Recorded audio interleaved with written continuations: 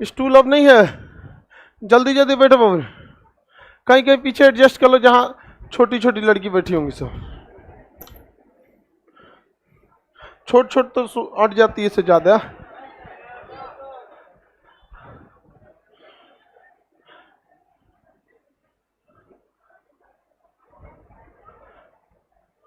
जल्दी एडजस्ट हो जाओ बाबू, लड़की लोग बैठा लो इसको कहीं कहीं।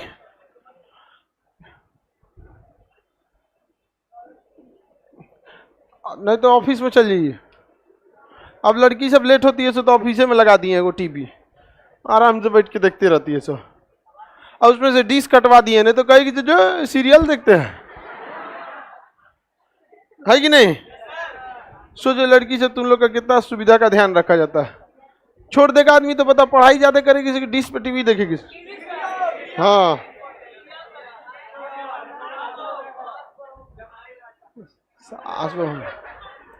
इससे पहले क्लास में अब आपको सिंधु सभ्यता के बारे में बताए थे और मेसोपोटामिया की सभ्यता के बारे में समझा दिए थे। आज उसके आगे की सभ्यताओं के बारे में थोड़ा बताते हैं। मेसोपोटामिया दुनिया की सबसे पुरानी सभ्यता कौन सी थी?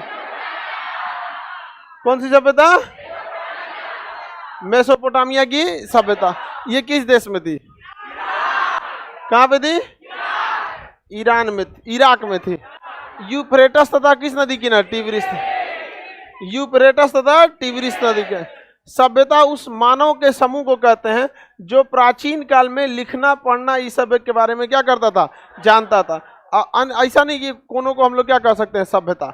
सभ्यता में जैसे दुनिया की सबसे पहली नगरीय सभ्यता कौन सी थी? पहली नगरीय सभ्यता सिंधु सभ्यता थी। सबसे पहली सभ्यता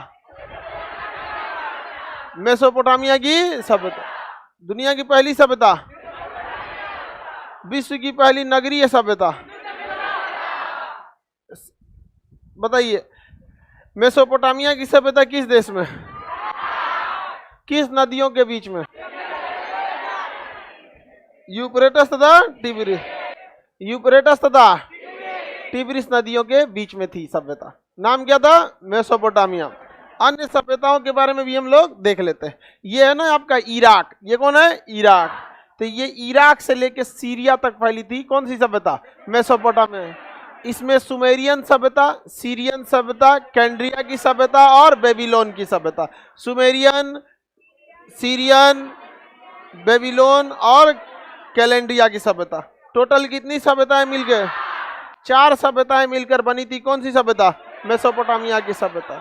मेसोपोटामिया की सभ्यता। इस समय मंदिर को जुगीरत कहा जाता था। मंदिर को क्या कहा जाता है? जुगीरत। मंदिर जुगीरत कहलाता था। क्या कहलाता था? जुगीरत। जुगीरत के नाम से जाना जाता था मंदिर को। इसकी वर्तमान ये इराक में स्थित था। इस सभ्यता पे बाद में यहाँ से यूनान से आया सिकंदर ने क्या कर दिया? अधिकार कर लिया। इसके बगल में ईरान है। ईरान की सभ्यता का नाम था फारस की सभ्यता। कौन सी सभ्यता? फारस की सभ्यता। ईरान की सभ्यता का नाम क्या था? फारस की सभ्यता। इस पर भी किसने अधिकार कर लिया? सिकंदर ने। फारस की सभ्यता पर भी अधिकार किसने किया? सिकंदर ने अधिकार कर लिया था। और ये सभ्यता कौन सी थी भाई? सिंधु घाटी की सभ्यता। सिंधु घाटी की सभ्यता सबसे पुरानी सभ्यता मेसोपोटामिया। 8000 ईसा पूर्व, 10,000 से लेकर 8000 ईसा पूर्व तक थी कौन सी सभ्यता? मेसोपोटामिया की सभ्यता। ये सभ्यता कौन है? सिंधु सभ्यता। कौन सभ्यता? सिंधु। चाइना में यहाँ है पीली घाटी, पीली नदी की सभ्यता। कौन सी सभ्यता? पीली नदी की सभ्यता। येलो रिवर और सिविलाइजेशन। Yellow river civilisation. बताइए पीली नदी की सभ्यता किस नदी के इर्द गिर्द थी? पीली नदी के इधर उधर। पीली नदी को ही क्या कहते हैं? हांगो नदी। पीली नदी को ही क्या कहा जाएगा? हांगो नदी के नाम से जाना जाता है। यह सभ्यता कहाँ पे था? चीन में। सारी सभ्यताओं की विशेषता नहीं है, लेकिन कुछ कुछ सभ्यता है जिनकी बहुत बड़ी विशेषता है सर। एक चीन, ये एक सिंधु सभ्यता हो गई और एक मेसोपोटामिया। मेसोपोटामिया की सभ्यता। कौन सी सभ्यता? मेसोपोटामिया की सभ्यता। मेसोपोटामिया से जस्ट नीचे यहाँ पे मिस्र है। कौन सा जगह है? मिस्र। सऊदी, ये लाल सागर है। कौन सागर है? लाल सागर। इसके ये भारत है, यहाँ सऊदी अरब, सऊदी अरब के बगल में लाल सागर। और ये क्या हो गया? मिस्र। मिस्र की सभ्यता। कौन सी सभ्यता? मिस्र की सभ्यता। मिस्र की सभ्यता। आपको पीडीएफ मिल गया है? पीडीएफ बन गया है, आप लोग को आज मिल जाना चाहिए। नहीं मिला है? समझ में आ रहा है कि नहीं आ रहा है? तो फिर पीडीएफ की क्या काम है?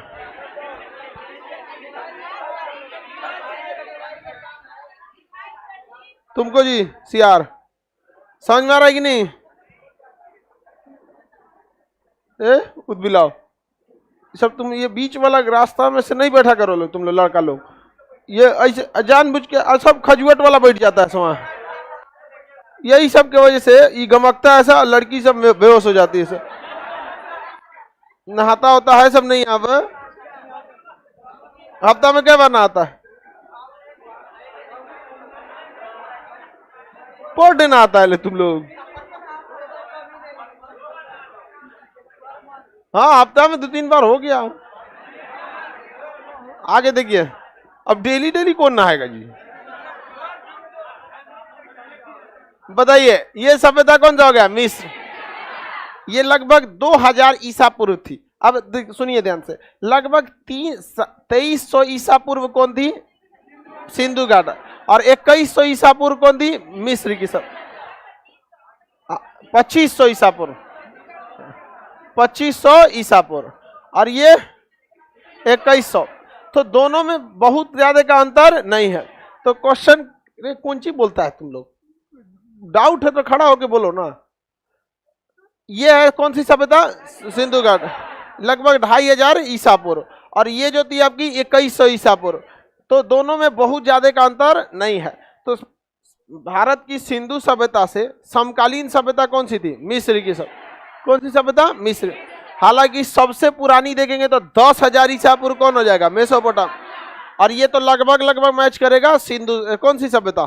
सिंधु घाटी, सॉरी मिस्र की सभ्यता। मिस्र, इजिप्शियन सिविलाइजेशन, मिस्र की सभ्यता। मिस्र की सभ्यता का मतलब वहां सबसे बड़ा राजा था फिरौन।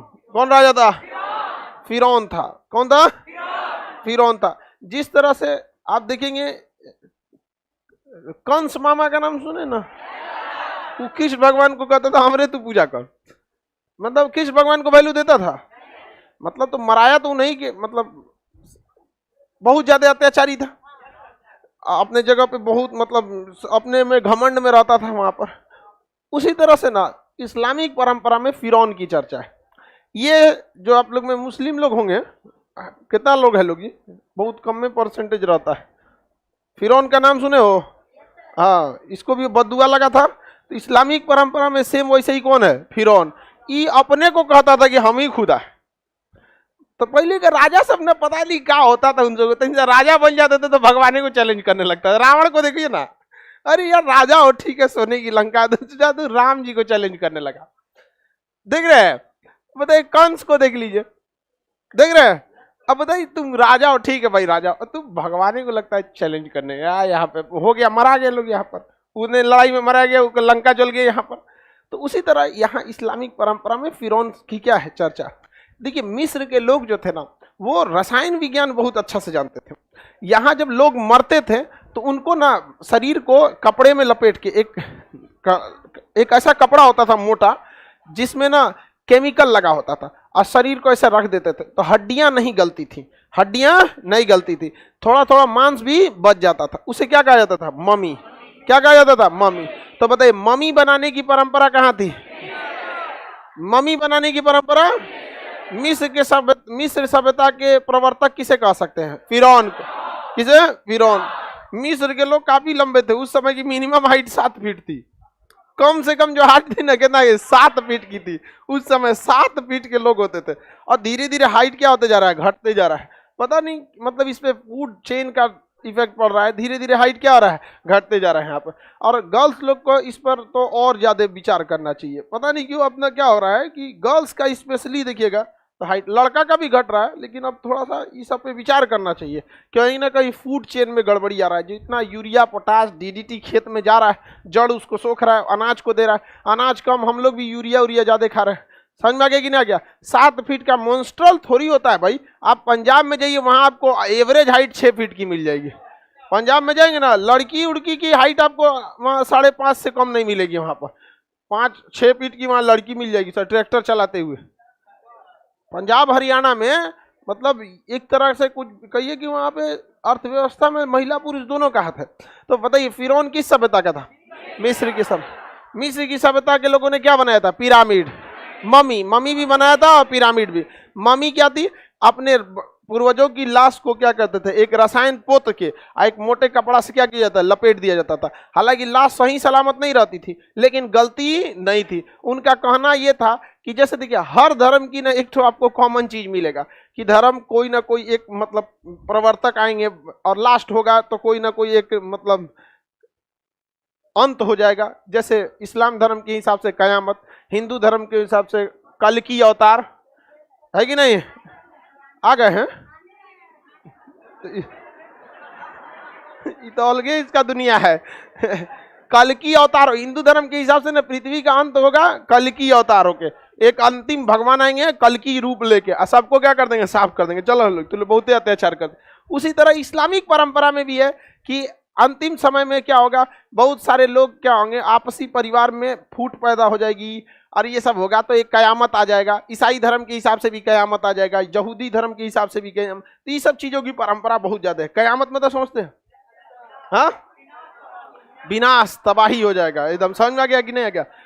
तो प्रलय आ जाएगा यहाँ पर भयानक। तो उसी वही परंपरा को ये लोग मानते थे कि प्रलय आएगा और कहा जाता है कि उसके बाद सबके हिसाब किताब होगा, तू कितना अच्छा काम किया कितना गलत काम किया यहाँ पर। तो इन लोगों का मानना था, मिस्र वालों का, कि उस समय इनके वही लाश जो है ना उठेगी, वापस जीवित हो जाएगी यहाँ पर। अब बाद में क्या होगा क्या नहीं इसको कौन जानता है, अभी जो है उसको देखा जाए। नहीं समझे? तो बताइए सबसे अच्छी रसायन व्यवस्था किसकी थी? किसकी थी? मिस्र की सभ्यता का। मम्मी किसने बनाया था? फिरौन मिस्र की। किस नदी के किनारे? नील नदी के। किसने? नील। मिस्र की में ये मान्यता था कि बड़े बड़े पिरामिड में राजाओं की क्या रखी जाती थी, कब्र बनाई जाती थी। कब्र जो था, पिरामिड जो होता था वो क्या होता था, कब्र होता था, मतलब ताबूत, कब्र बनाया जाता था पिरामिड में। और मरुस्थलीय क्षेत्र में इतने बड़े बड़े पिरामिड बनाया था मिस्र वालों ने। ये छोटा, अभी तो ये देखिए ये जो पिरामिड दिख रहे हैं, ये पिरामिड आपको ऐसा लगेगा कि आखिर इसमें है क्या, ठीक है? ये आपको ऐसा लग सकता है कि आखिर इसमें है क्या चीज छुपा है। ये एक ब्लॉक दिख रहा है, ये कम से कम 20 टन का होता था। छोटा वाला सबसे छोटा जो पत्थर मिला है कितने का मिला है? 20 टन। आज का ट्रक 10 टन खींचता है। आज का जो ट्रक है ना 10 टन खींचता है। एक एक ऐसे ऐसे पिरामिड मिले हैं जिसका एक पत्थर 200 टन का था। आज कोई मतलब जेसीबी तो 200 टन के बाद टूट जाएगा खुद यहाँ पर। तो उस समय ना क्रेन था ना कुछ था, तो इतने बड़े बड़े 200 टन के पत्थर को ये लोग इतनी हाइट पर लेके कैसे गए थे वहां पर? और पत्थर रखने का नहीं है, इतना बारीकी से पत्थर को रखा गया है कि बीच में आप एक बाल तक नहीं डाल सकते। ये जो बाल होता है ना सर का, उसको भी अंदर नहीं जा सकते, इतनी बारीकी से उसको तराश के क्या किया गया है, फिट किया गया है। और ये आपको भले इतना छोटा सा लग रहा होगा, ये एक पत्थर की जो हाइट है ना एक आदमी के बराबर है। ये एक पत्थर जो है ना कितने के बराबर है? एक आदमी के बराबर। इस टाइप के मिस्र में बहुत सारे क्या मिले हैं? पिरामिड मिले हैं। बहुत सारे क्या मिला गया है? पिरामिड। ये पिरामिड कहाँ पे है? मिस्र में मिला गया है और ये हजारों की संख्या में मिले हैं पिरामिड। लेकिन आप देखेंगे तो ज्यादा फेमस आपको यही वाला पिरामिड मिलेगा। ये गीजा में है। कहाँ पे है? गीजा में है। तो पिरामिड में कई सारे पिरामिड फेमस है, लेकिन ये वाला कुछ ज्यादा ही क्या है? फेमस है ये। और ये तीनों पिरामिड ना तारे से क्या है? सब इंक्लाइंड है सब। उनका मानना था कि इनमें इनके जो राजा का यहाँ मकबरा है, ये ईश्वर से बात कर सकते हैं या कुछ कर सकते हैं, उनका अपना मान्यता है। अब ये पिरामिड बहुत ज्यादा हाइट में है। यहाँ देखिए एक आदमी खड़ा है, 2 ठो। अब अंदाजा लगा दीजिए ये 2 आदमी है और ये क्या है? पिरामिड। सोच सकते हैं ये पिरामिड में देखिएगा थोड़ा सा घिसावट होगा। यहाँ देखिएगा लाइम स्टोन के कुछ यहाँ लगाए गए हैं और बाकी ये नहीं है यहाँ पर। तो ये क्या है? हवा के चलने से, रेगिस्तान में जो हवा चलती है उसमें कंकड़ पत्थर भी आते हैं, तो लगातार चोट लगने से उधर का लाइम स्टोन क्या हो गया? झड़ गया। और ये इतना बड़ा विशाल पिरामिड रहा है। तो आप इस तरह से कह सकते हैं सबसे ज्यादा अगर किसी का इंजीनियरिंग और केमिकल डेवलप था तो किसका था? मिस्र वाला। इतना भयानक ये सब बना के रखे हैं सब। अब इस पे रूल है कि आप एक ही बार जा सकते हैं मिस्र की पिरामिड में। वहां के गवर्नमेंट ने क्या लगा है? रूल लगा दिया। अंग्रेजवा सब इसके अंदर खोल के सोचे थे सर रिसर्च किया जाए क्या मिलेगा। तो इसके अंदर कुछ गुफा है सब। क्या है सर? गुफा कुछ जाती है अंदर से। यहाँ से इस डायरेक्शन में आपको हल्का सा रास्ता दिखेगा, अंदर से गुफा। अब इसके आगे कोई गया ही नहीं है। कहा जाता है इसे किंग्स चैम्बर, राजा का चैम्बर। अब अंग्रेजों ने सोचा कि इसके अंदर जाते हैं, तो अंग्रेज सब का काम है खोज करना ये सब का। तो मिस्र की सरकार ने बैन लगा दिया कि पता चला अगर रहस्य पता चल गया तो कोई टूरिस्ट घूमने ही नहीं आएगा, उससे अच्छा बैन लगा दिया। अब इस पे किसी भी तरह का रिसर्च काम नहीं हो सकता। साथ ही आप पर भी नियम लगा दिया है कि आप अगर मिस्र जाते हैं तो एक ही बार आपको गीजा का क्या देखने को दिया जाएगा, पिरामिड। बार बार नौटंकी करेंगे तो क्या होगा भाई, वहां की रहस्य से पर्दा हट जाएगा। अब एक बार कोई सी चीज के रहस्य से पर्दा हट गया, काम खत्म हो जाता है। सबसे ज्यादा इंजीनियरिंग किसका डेवलप था? मिस्र का। किसका था? मिस्र की सभ्यता। किसी को कोई दिक्कत? आगे बढ़ जाए। अभी भी मम्मी नहीं बनाया जाता, अब नहीं बनाते। अब कौन मम्मी बनाएगा जी? जिंदा को रखने का जगह नहीं है, मरल आदमी को कहाँ रखिएगा। उस समय लोग कम थे, खाली जगह दुनिया भर का होता था, रख दिया वहां पर। किसी को दिक्कत? क्या सिद्ध करना चाहता था? उनकी परंपरा थी कि ये वापस जीवित होंगे,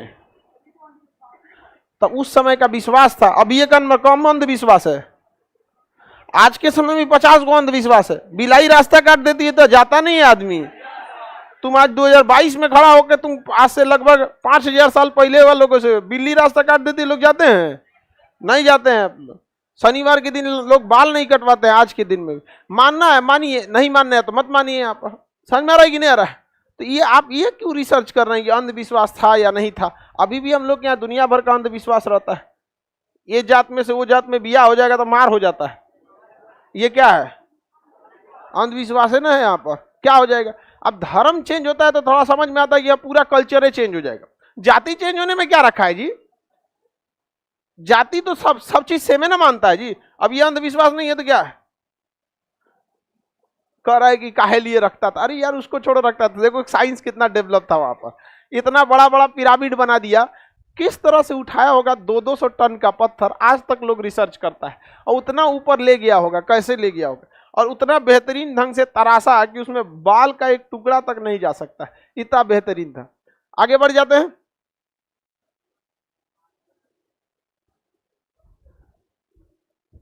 अगला सभ्यता अब यूरोप की ओर चलते हैं। इधर की सभ्यता समझ में आ गया? पीली नदी की सभ्यता कहां थी? सिंधु सभ्यता भारत पाकिस्तान। फारस की सभ्यता ईरान। मेसोपोटामिया की सभ्यता मिस्र की सभ्यता मिस्र की सभ्यता मिस्र में। अब यूरोप के एरिया में चलते। ये है आपका यूरोप। नक्शा में यूरोप दिख रहा है जी, धुंधला दिख रहा होगा। और ये हम लोग का इंडिया है, इससे ये यहाँ यूरोप हो गया। यूरोप में कई सारी सभ्यताएं थी। यूरोप की 2 सभ्यता सबसे ज्यादा फेमस हुई, एक स्पार्टा की सभ्यता और एक रोम की सभ्यता। स्पार्टा और रोम, ये 2 सभ्यता सबसे ज्यादा विकसित हुई सब। उसके बाद ये मतलब प्राचीन काल में। हालांकि जब आप वर्ल्ड हिस्ट्री पढ़ेंगे तो यहाँ पर आपको 2 तरह का मिलेगा, आपको ऑटोमन एम्पायर और बेजेंटाइन। ऑटोमन हो गया और बेजेंटाइन हो गया। ये दोनों में काफी ज्यादा लड़ाई हुआ था, कुस्तुनतुनिया तक में मार हुआ था, उसके बाद कैस्केटा हुआ, कई टाइप की लड़ाइयाँ हुई जो वर्ल्ड हिस्ट्री में हम लोग पढ़ेंगे। अब हम लोग किसको देखते हैं? यूरोप की सभ्यता को। तो ये यूरोप यहाँ अलग से यूरोप का नक्शा दे देते हैं ताकि आपको क्लियर समझ में आएगा। यूरोप के नक्शा में अलग से रह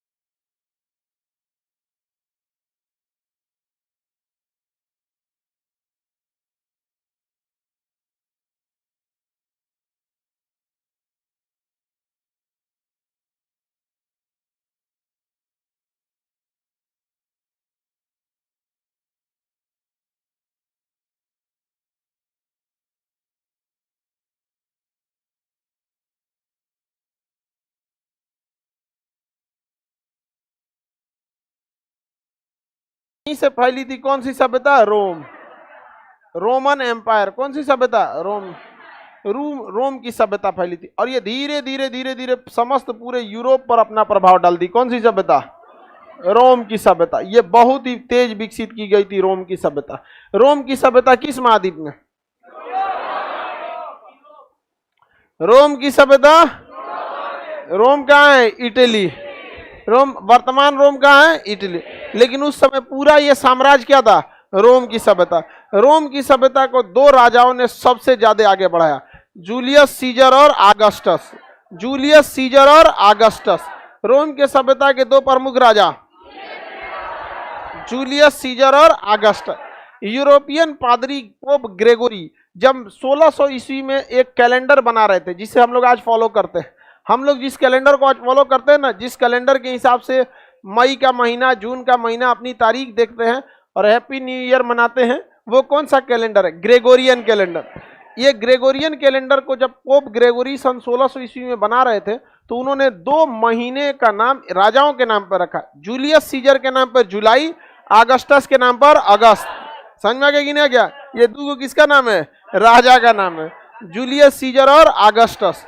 अगस्टस बहुत खतरनाक राजा था, सोच रहा मरवाइए देता था सबको।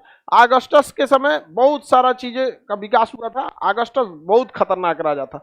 जूलियस सीजर भी बहुत योग्य शासक था, लेकिन जूलियस सीजर के समय लोकतंत्र भी थे और उसके मंत्रिमंडल ने जब वो बैठक ले रहा था अपनी मंत्रियों की राजा के गद्दी पर, तो सारे मंत्री क्या किए? सब चाकू लिए सब, और जूलियस सीजर को गद्दीए पे मार दिया। सब कुर्सी पे बैठ के मारा था जूलियस सीजर। अब मारा सब उसको, जगह जगह घोंप के उसको मुरब्बा कैसे बनाया जाता है, बेचारा जूलियस सीजर को क्या बना दिया? सब मुरब्बा बना दिया। सब मर गया जूलियस सीजर। और जूलियस सीजर को उसका सबसे करीबी ने मारा था वहां पर। तो वही कहा जाता है, घर का भेदी लंका डर। रावण को भी तो उसी का आदमी मरवा दिया था, हाँ, विभीषण। तो ये हमेशा याद रखिएगा, सड़क के पत्थर कभी आपका रास्ता नहीं रोके, लेकिन एक छोटा सा कंकड़ आपके जूते में चला गया ना, चलने नहीं देगा। ये सबसे बड़ी समस्या। तो बताइए, रोम की सभ्यता का 2 राजा, जूलियस सीजर और अगस्त। सर, तो क्या उन लोगों को सजा हुआ या राजा ही मरा गया? अब बाकी वो सब अपने मनपसंद राजा बना लिए सब, सजा कौन होगा? लंका ढह गया, लंका उनका सब ढह गया। तो लंका तो बहुत पुरानी कहानी हो, ऐतिहासिक से भी पहले फिर ढह गया। श्रीलंका ढह गया इस बार कौन ढह गया? श्रीलंका। खानदानी राज करेगा लोग, श्रीलंका चोर सब। नहीं समझे? हम हमेशा आपको कहते हैं कि ये सब देख के कभी चुनाव कीजिएगा लोग तो चल जाएगा। जाति देखकर क्या चुना जाता है? जीजा, नेता नहीं। लेकिन आप लोग जाति देख के क्या चुन लेते हैं? अब वो जीजा वाला कांड किए तो जीजा से कोई काम करा सकता है? नहीं करा सकता। देख रहे हैं पटना में भिगना पहाड़िए खोद दिया, कोचिंगवा के सामने खोद दिया। रात भर बहुत है उसको खोद के करने के लिए। यहाँ पर बुद्धि रहे तब तो। वुडको एक संस्था यहाँ पे वही खोदती है। मतलब पूरी इंडिया का जितना भगचोन्नर इंजीनियर आएगा ना, वुडको में चल जाएगा। मतलब जो तनिको पास नहीं हो के पता नहीं है कि बीटेक में पैरासीटामॉल को पढ़ा जाता है कि इंजीनियरिंग पढ़ा जाता है, वो चल जाएगा इसी में। पूरा मार के चौपट करके रखा है। 12 वो गली रहेगा ना, 12 वो खोद देगा। डेली दुर्घटना हो रही है यहाँ पर, कोई मतलब ही नहीं है यहाँ पर। बिहार में ना अगर सुधारना है ना, तो कम से कम यहाँ पे इमरजेंसी जैसा सिचुएशन लगाना पड़ेगा। इमरजेंसी लगा के 2 साल छोड़ दो। यहाँ पुलिस के जगह मिलिट्री वाला आएगा सब ना, सब बुडको टुडको को मार के सीधा कर देगा। उसका गाड़ी फंस गया ना तो ट्रैफिक पुलिस को नहीं बुलाएगा। कौन खोदा है रे? चाहे एक बार इधर से पुतिन को गुजार दिया जाए तो फिर नया नगर निगम बनाना पड़ेगा। पुतिन एक बार इधर से चला गया ना, वो काम खत्म कर देगा। मतलब दुनिया का, भारत का नहीं, दुनिया का सबसे मतलब इनकॉम्पिटेंट नगर निगम है पटना का। सीखता है अभी कैसे करना चाहिए, सीख रहा है अभी। अच्छा, जैसे सड़क भी होना चाहिए, सीधा होना चाहिए यहाँ पे पटना के। अब देखिएगा सड़कें जो है ना, उस सड़कों पे तो इधर बिजली का जो खंभा लगना चाहिए, सड़क के किनारे लगना चाहिए ना, तो 4 फीट सड़किया में घुसा के लगा देता है। हमेशा ही नौटंकी करता है। इससे अच्छा तो सिंधु सभ्यता वाला थे सब, नहीं था जी? ओकरा से अच्छा भीमबेटका था। आदिमानव थे सब, तो क्या हुआ? लेकिन इन सबसे क्या थे? ठीक ठाक था। मेसोपोटामिया की सभ्यता में कुल कितनी सभ्यताएं थी? फारस की सभ्यता किस देश में? फारस की सभ्यता? रोम की सभ्यता? रोम की सभ्यता कहाँ थी? इटली में। जिस समय रोम की सभ्यता चल रही थी उस समय भारत में मगध साम्राज्य चल रहा था। कौन चल रहा था? मगध साम्राज्य। और उधर क्या चल रहा था? रोम। लेकिन मगध साम्राज्य का उतना विकास नहीं हुआ जितना किसका हो गया? रोम का। रोम की सभ्यता कहाँ थी? इटली में। यूरोप में रोम की सभ्यता कहाँ से बढ़ रही थी? रोम से। चारों दिशा में लगभग कितना ईसा पूर्व? 600 ईसा पूर्व। और इधर महात्मा बुद्ध और महावीर स्वामी ज्ञान दे रहे थे कब? यही 600, यही 6ठी शताब्दी ईसा पूर्व के लगभग 5वीं से 6ठी शताब्दी ईसा पूर्व के बीच में ये लोग ज्ञान दे रहे थे। यहाँ बिंबिसार का शासन चल रहा था। भारत में आगे पढ़ाएंगे यहाँ पर, समझ में आ गया कि नहीं आएगा? तो यहाँ रोम की सभ्यता चल रही थी। रोम बहुत ही ज्यादा विकसित है। एक इंग्लिश में फ्रेज भी कहा जाता है। फ्रेज समझते हैं? फ्रेज मतलब कहावत। नहीं सुने जी? Hit the iron when it is hot कहा जाता है अंग्रेजी में कहावत। Rome was not built in one day. Rome एक दिन में बन के नहीं तैयार। लोग ये क्यों कहा जाता है? लड़का जब पढ़ाई कम करता है या एग्जाम के टाइम पे पढ़ने लगता है तो उसी को कहा जाता है Rome was not built in one day. एक दिन में कोई नहीं बन सकता है। और ये हकीकत भी है। समझ में आया ना? लोग हमेशा आपकी बुलंदियां देखेंगे, कोई आपके पांव के छाले नहीं देखेगा। जो कहां पहुंचा है कौन इंसान, कभी उससे पूछ के देखिएगा ना। जिस इंसान को आपको लगता होगा कि ये बहुत आगे है, कभी उससे आराम से पर्सनली पूछिएगा, कभी 6 घंटा आराम से सोए हो? उसके लिए 8 घंटा सोना एक मतलब समझिए ना, मतलब उसके लिए होली दीपावली की तरह है। 8 घंटा सोएगा, उसके ऊपर इतनी रिस्पॉन्सिबिलिटी रहती है। और जितना ही नौटंकी बाज रहता है सब ना, इस सब 24 घंटा में 8 घंटा काम करेगा तो सोचेगा अंबानी बन जाए। सबका कितना मेहनत का काम रहता है, मेंटल प्रेशर, नींद आ जाता होगा तब तो बेचारा से को भले पैसा है। ये देखिए रोम दिख रहा है, इतना बेहतरीन ढंग से बनाया गया था रोम कि रोम के गलियों में कोई जाम वाम का तो समस्या ही नहीं। इतना बड़ा चौराहा दिख रहा है, ये इतना बेहतरीन है। यहाँ पर ये रोम यहाँ पे बहुत विकसित है। ये शहर कौन सा? रोम। तो रोम का ये जो जगह था इसमें कई सारे ईसाई धर्म के फादर लोग रहते थे। बड़े ईसाई फादर, पोप बोला जाता है वो लोग। तो ये रोम में बहुत ज्यादा विकसित है। ये ईसाई धर्म के लिए बहुत प्रसिद्ध था। इतना बेहतरीन आर्किटेक्ट था यहाँ पर रोम का, जिसकी कोई आज भी लोग रोम घूमने जाते हैं वहां पर। इतना बेहतरीन कारीगरी उस समय किया गया था। सड़कें, गलियां सब एकदम बेहतरीन ढंग से बनाई गई थी। नहरों को एकदम सुव्यवस्थित किया गया था। इसलिए कहा जाता है कि Rome was not built in. क्या ये एक दिन में ऐसी सभ्यता बन सकती है? नहीं बन सकती है। आगे बढ़ जाए।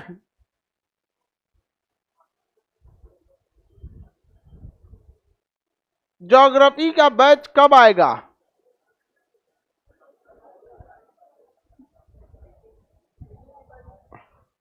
हिस्ट्री पढ़ो ना पहले। आगे बढ़ जाए बाबू। रोम की भी सभ्यता देख लिए।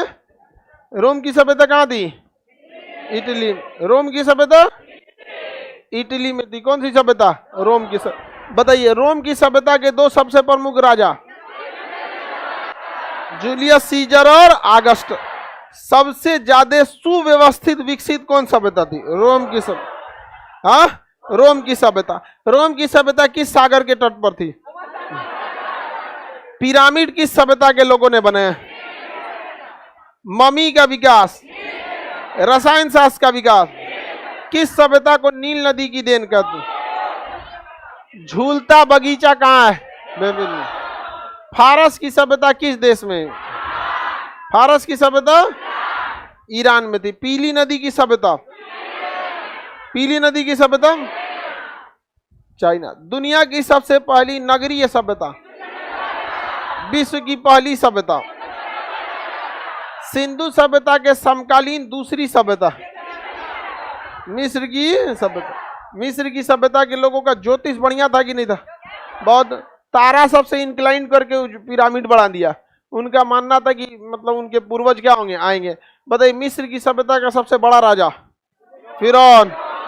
कौन था? फिरौन। आज भी लाश है किसकी? फिरौन। फिरौन की लाश आज भी मम्मी बना के रखा गया, वैसे शीशा में बंद है। उसका मुंह सब धंस गया, हल्का हल्का मांस सड़ल है, तन से नहीं होता है, सूख जाता है एकदम खटाई की तरह। फिरौन मिस्र में था। मिस्र की सभ्यता कौन था?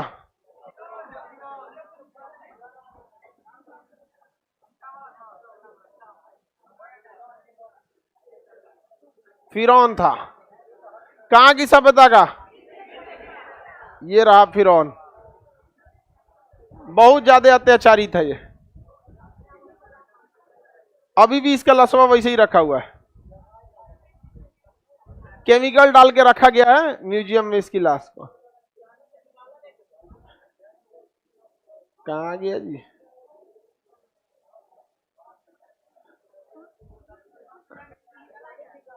ये उसका खोद के नहीं, अभी भी इसी टाइप का है। अब सोचिए सिंधु सभ्यता के टाइम का है, यानी आज से 5000 साल पहले का, फिर भी इसका नाक नक्शा अभी तक बचा हुआ है।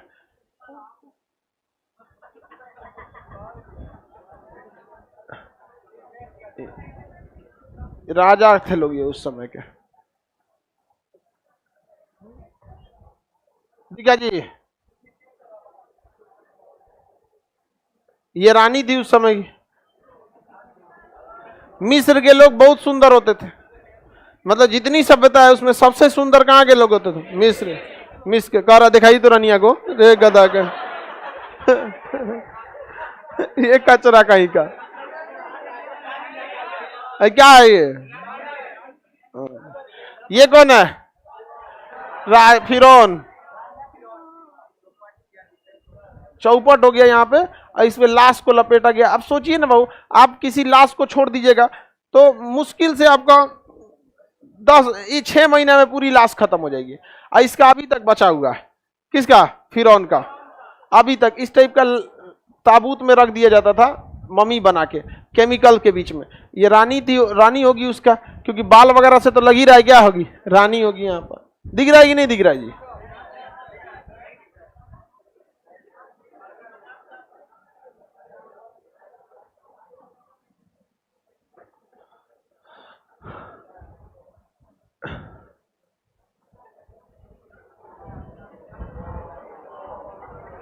बाल तो ठीक ठाक था जी।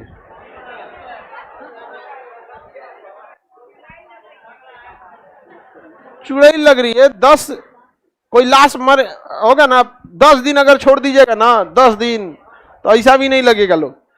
इतना मतलब उनकी रसायन शास्त्र इतना जबरदस्त था कि नाक नक्शा तक बचा हुआ है 5000 साल पहले का। इतना डेवलप था वहां पर। इस सभ्यता का सबसे प्रमुख राजा फिरौन।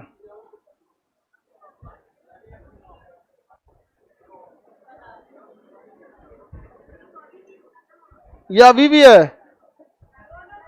हाँ दोनों का है। वहां लोग घूमने जाते हैं ना, तो ये वहीं पे से शीशा में बंद होकर मिलता है आपको देखने के लिए।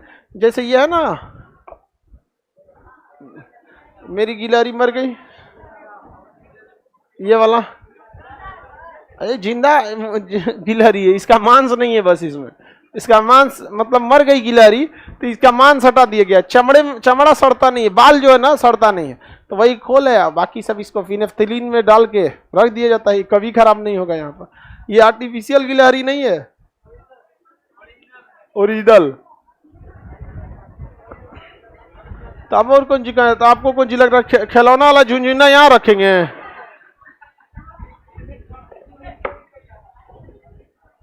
बगले लिया करी आर्टिफिशियल है। झुंझुना हम रखेंगे यहाँ पे अपने पोडियम पे। हाँ जनबे करते हम झुंझुना ये सब चीज तो इनको पसंद ना हमारा। तो गिलहरी मर गई मैं, तो हम क्या करें? उसको फेंक दें? बहुत सही गिलहरी सब सही रहते हैं सर। हमेशा गिलहरी को पास में क्यों रखना चाहिए? हम इसको क्यों रखते हैं पास में? इसके पीठ पर देखिएगा 3 ठो निशान है। इसको कहते समय कहा गया था कि आप ये मत सोचिए कि आपने कितना किया, आप ये सोचिए कि आप कितना कर सकते थे। समझ में आया कि नहीं आ गया? ये राम सेतु जब बना रहे थे तो गिलहरी को बनरवा फेंक दिया था। तो राम जी बुला के डांटे थे, रे सुन काय फेंक लो,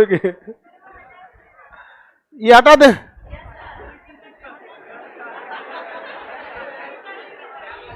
लड़की सबको कोई लड़का तंग करे तो इसको डीपी पे लगा देना।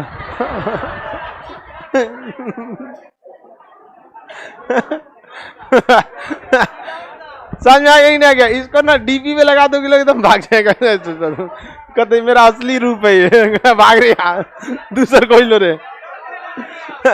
फिरौन का तुम लोग लगाए ना लगाए वैसे ही दिखता है तुम लोग।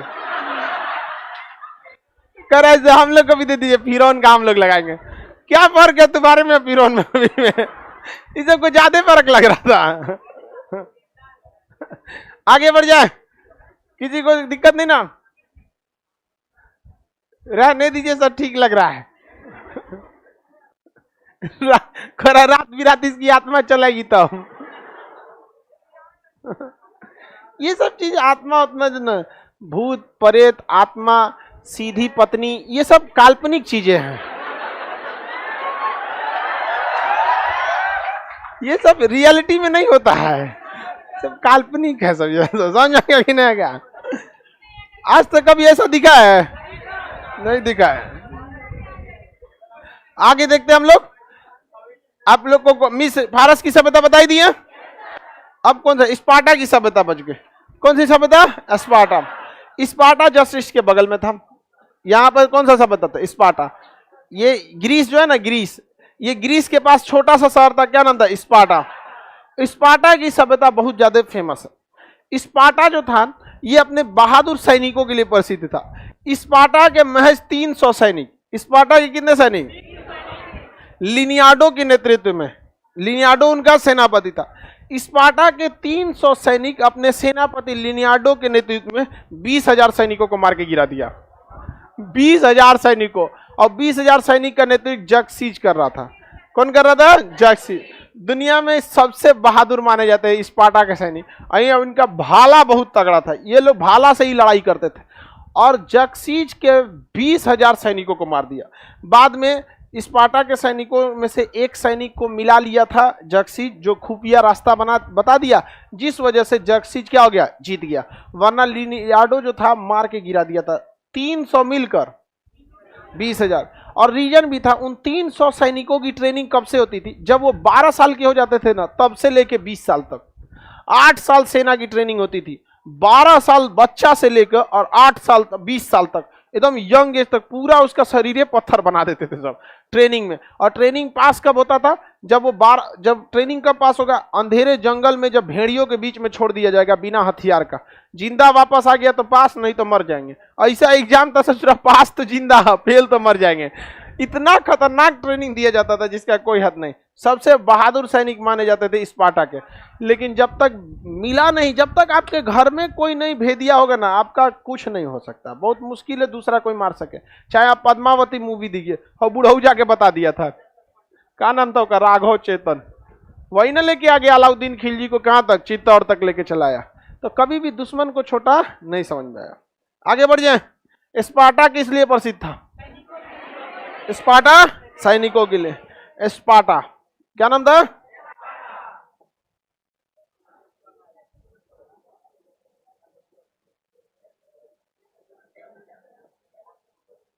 स्पार्टा किंग, ये रहा लिनियाडो।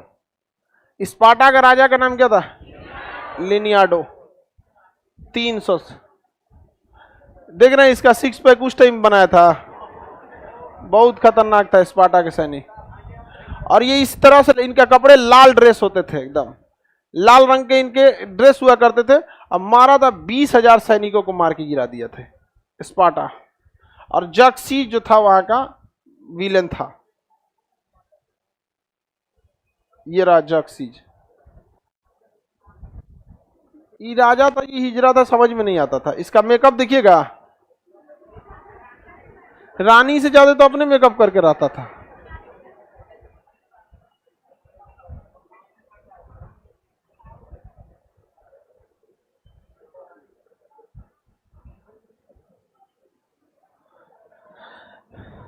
स्पार्टा के सिपाही का नेतृत्व कौन कर रहा था? स्पार्टा की सेना का लिनियाडो। कौन कर रहा था? लिनियाडो। ये कौन है? लिनियाडो। और इसके सैनिक जो थे किस रंग के कपड़े में रहते? लाल। ये तलवार से ज्यादा लड़ते थे कि भाला से? इनके पास तलवार भी रहता था, और तलवार छुपाया रहता था। जानते हैं कहां पे? ये ढाल के पीछे। ये ढाल है, इस ढाल के पीछे क्या छुपाए रहते थे? तलवार। और भाला लेके लड़ते थे, और ढाल के पीछे क्या रहता? तलवार। भाला लेके मारते रहते, कोनो पास आ गया भलवा रख के बाद में ना तुम बहुत खतरनाक मार करता था। अब इतना ही सोचे, ये कौन है, ये तो उसकी पूरी सेना है, ये 300 की फौज थी। और ये है आपका कौन सा, जर्कसीज। जर्कसीज इस ससुरा हिजरा लगता था हमको। आगे देखते हैं। जर्कसीज जो था बहुत क्रूर शासक था। जर्कसीज क्या था, बहुत क्रूर शासक। ये महिला की तरह सजता था, देख रहे हैं यहाँ पे नाक को पूरा दहिया छेदवा के रख लेते, यहाँ कुछ कुछ पहने रहता था सोना। और इसके रथ को, जर्कसीज का जो रथ था उसे 200 आदमी खींचता था।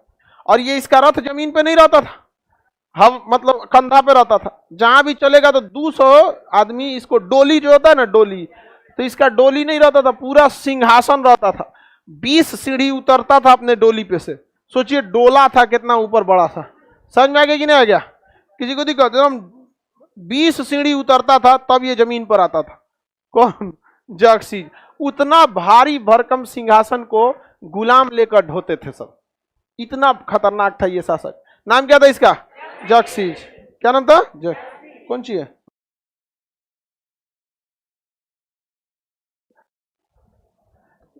ये कौन था भाई, लिनियार्डो। कौन था, लिनियार्डो।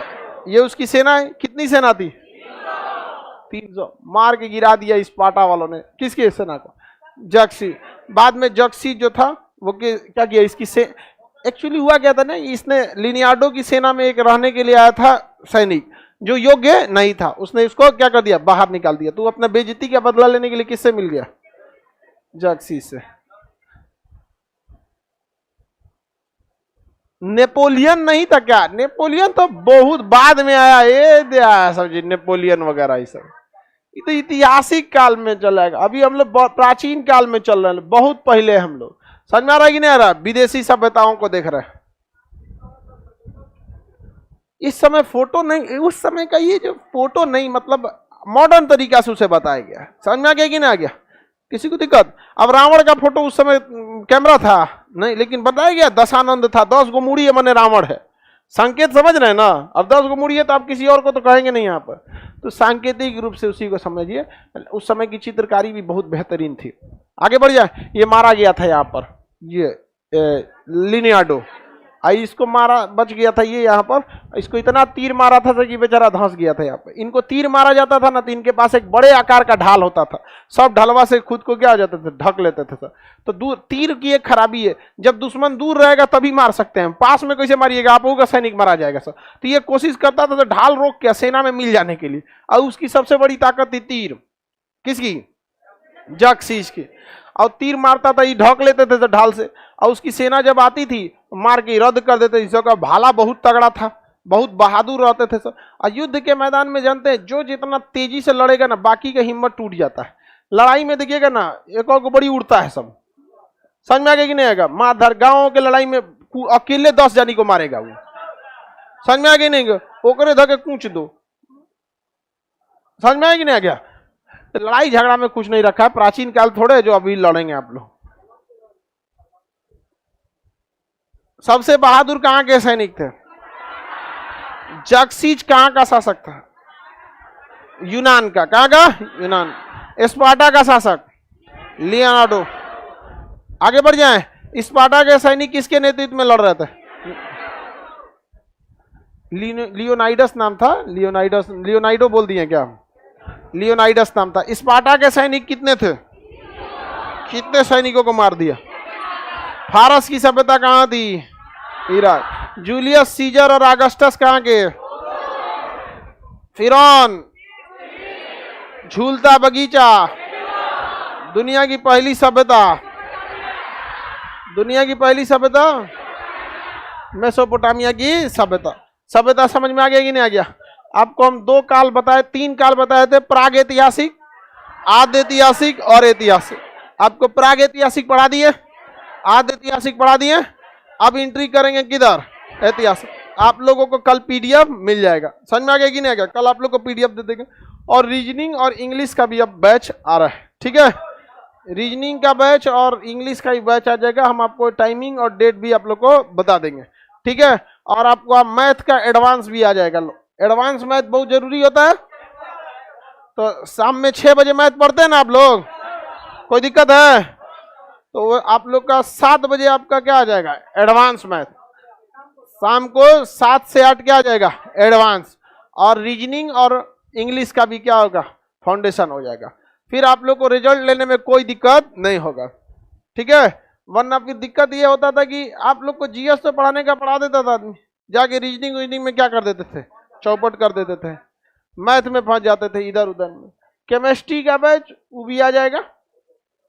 अभी आपको तत्काल में इस हफ्ते में रीजनिंग, इंग्लिश और एडवांस ये वाले बैच रहेंगे, ठीक है। आगे का क्लास कल समझेंगे लोग। आज इतना ही।